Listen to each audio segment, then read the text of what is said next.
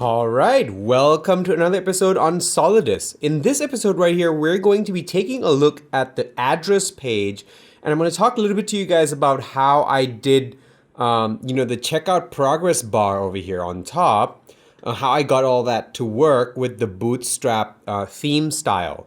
So it takes a little bit of work. What I'm not going to do in this episode though is not gonna take you through cleaning all of this up, because the concept is pretty much the same. We copy the code from Solidus, we paste it in our code base, and then we edit it to fit with the bootstrap style. Now I've also got a pull request over here, so you can see all the changes I did to make it all work if that's what you want. But primarily in this episode, we're going to be covering, how I got this address bar on top over here to work. So as you can see, there's like 5 steps here. And, we can see that like we can't click on the steps that we haven't been on yet. However, if I click, okay, so before I do that, let me explain something. This is a fresh install of Solidus. So we haven't set up any shipping rate or anything like that in here. So what we're going to get when we click save and continue here is we're going to get some kind of error that says that it cannot calculate shipping rate. So I'm going to walk you guys through the admin today as well and help you guys set up, the tax rates, the zones, and, like the shipping and all that stuff so that we can proceed on to the next step. Let's start by setting up our zones over here so that I can show you what happens when I go to the next step. So the first thing we're going to need to do is set up the zone. So I am actually shopping with the location from Thailand. And by default, Solidus has EU and North America set up, but doesn't have Asia set up. So what I'm going to do, I'm going to create a new zone over here. And I'm going to create a zone for Asia. So just SE Asia, so Southeast Asia. I'm going to click on the country based, and we're going to use the we're not going to use the default tax zone. We're just going to leave it that. And here I'm going to select Thailand. Now, you can add as many countries as you want. So you can add Indonesia as well if you want. And then go ahead and click create. And then what we're going to do next is we're going to need to set up the tax rate. So I'm going to click over to the tax rate over here. And what I'm going to do is I'm going to create a new tax rate. And this is for VAT. Like in Thailand, we have a VAT, value added tax. And I'm going to use SE Asia here for the zone. And the rate is going to be 0.07. So this is it's 7% over here. I'm going to use a tax category of default. And calculator is going to be default. Click create. That is going to allow us to do VAT calculation in our products now. All right, so now if I head over here and I click reload, okay, great. So now we've got this tax rate set up. The next thing we need to do is, we need to set up the shipping method. So I'm going to click over to the shipping method over here. And then what I'm going to do is I'm going to create a shipping method for the zone we just created. So I'm going to create a new shipping method here. A note about the shipping calculator. If you have an older version of Solidus, you're going to run into some issues. So let me show you what that is. So I had to upgrade my gem. I have to run bundle update to upgrade my Solidus from 1.2.0 to 1.2.2 because there was a bug in the previous version that didn't allow the shipping calculator to show up. So it was just empty over here and it couldn't find anything. So if you run into that issue, upgrade, do a bundle upgrade and update, and it'll sort all that out for you. All right, so here we are. I'm creating a new shipping method here. So what I'm going to do is just do a flat rate, SE Asia flat. And then this is cool. I'm going to select the zone as the Southeast Asia here. I'm going to choose this shipping category of default. You can also create multiple shipping categories. So you could have for items that are like clothing products, you use one shipping category. You can head over to the shipping category to create that. I'm not going to go into detail. I'm just going to use the default for most of the stuff. Tax category is going to be default as well. And I'm going to click create over here. All right, so now we have the shipping method created. So if I click on shipping methods, we are going to see our SE Asia flat over here. So let me just go back to the edit page. And let me change this to a flat rate, not a flat percentage. So I'm going to click update. And what that's going to allow me to do is I'll be able to put in a shipping amount. So I'm going to put in 10 over here and click update. Currency is fine. We haven't set any currency for our products. It's currently all USD. So if we have another currency, we can change that as well. For now, I'm just going to leave it as USD because everybody understands USD it's pretty common. So I've got the flat rate. I'm set the flat shipping fee to 10. So this is basically $10. All right, so that's pretty much all the things we need to do to get everything set up. So if I click reload over here, now I can click save and continue. There you go. So as you can see here, it's also done the VAT calculation for us, based on the tax that we set up before. Now, this is what I wanted to show you here. So you can see, like, if it's, a step that I haven't been on, I'm not allowed to click on it. And if it's a step that I have already been on, I can always go back. So if I click on the address over here, I can come back and I can still see my VAT calculation. And then I can say, okay, reconfirm my address. Everything looks good. Then I can click and save and continue. So this progress bar, I had to do some code overriding. And I'm going to show you guys where I did that. So I'm going to open up my helpers over here. I had to overwrite the checkout progress. So if we click into the view over here and I click on the checkout and edit, so this is the checkout page, you'll see that there's a helper method call over here called checkout progress. And that's why I had to override it, because I had to override to use the pill from the Twitter bootstrap. So over here, the content tag for OL, all I did was I added this nav pills and nav justified. Now you can go and look this up in in the bootstrap styles. This will give you this look over here, and you can customize this all you want, using your own styles or whatever.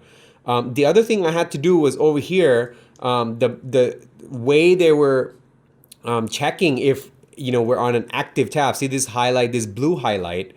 They were using, by default, Solidus was using the class called current, but Bootstrap was using the class active. So I just changed current to active right over here.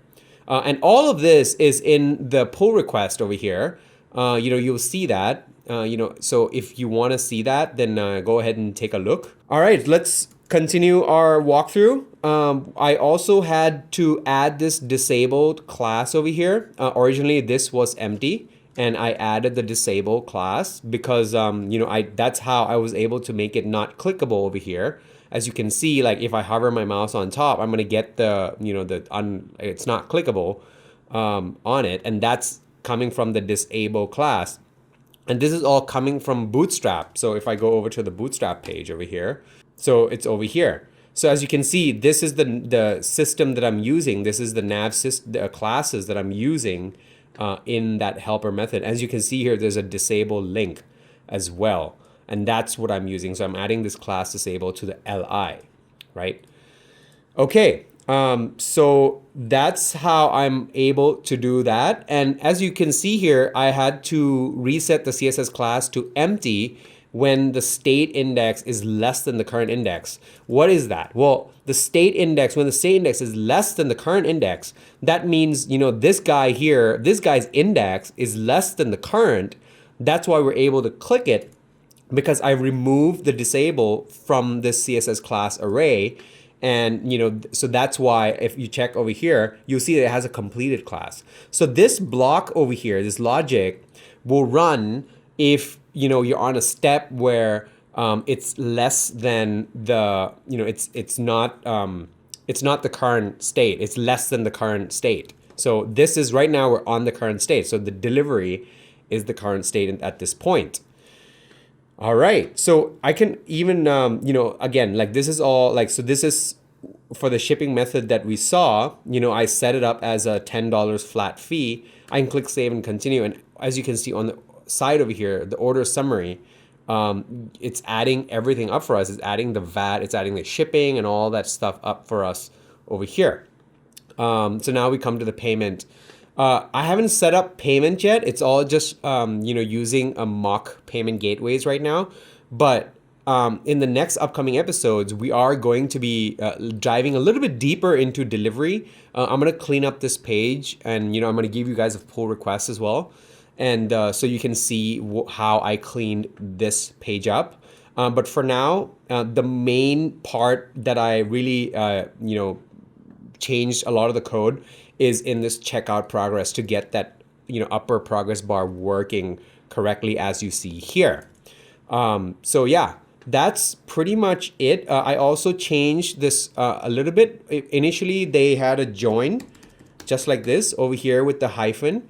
All I did was I removed it because I didn't think we need it. So originally, this is what's going to happen. So if I do a reload, it's going to mess up all the classes.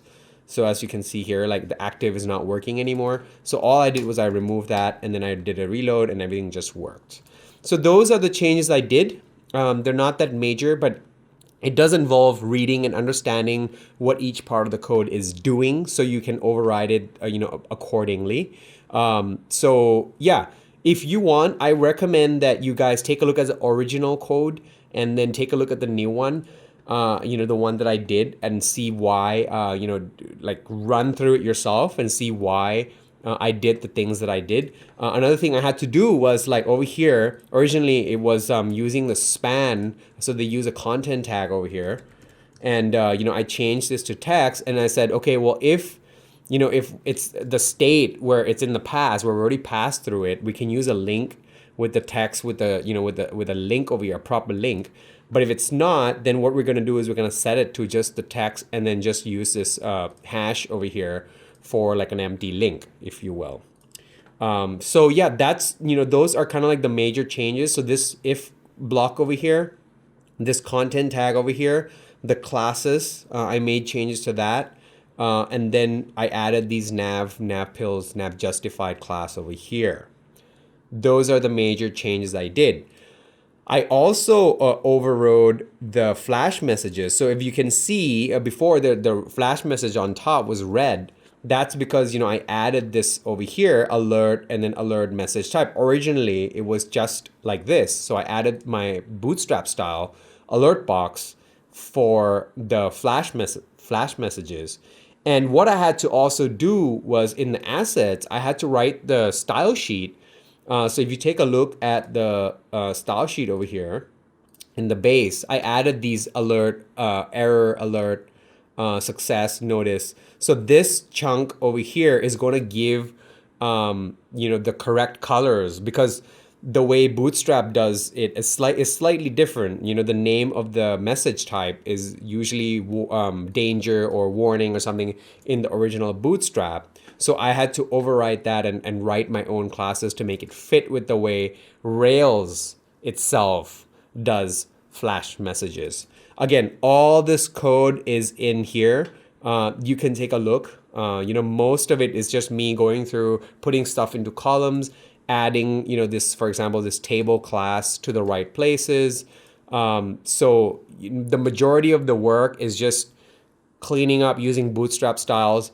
And then there's only two method overrides that I did, which is this flash message and the checkout progress bar.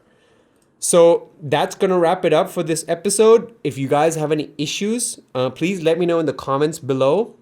I think you guys know enough now on, you know enough to be dangerous. You know enough to be able to solve this page on your own. I'm just going to start doing more of the code walkthroughs now, and less of the actually going through the code with you, because it is redundant, as one of the viewers have mentioned in our previous episode. And it is kind of like getting really boring for me as well. So yeah, this is much more interesting. Just a quick code walkthrough, telling you guys exactly what I did, my thought process, how I solved each of the problems. And if you guys get stuck, again, let me know in the comment section below. And don't forget to like, share, and subscribe to our channel. We have amazing stuff coming on our new site, which is we're working on really hard right now. So stay tuned, and I'm going to wrap it up for this episode. I'll see you guys in the next one.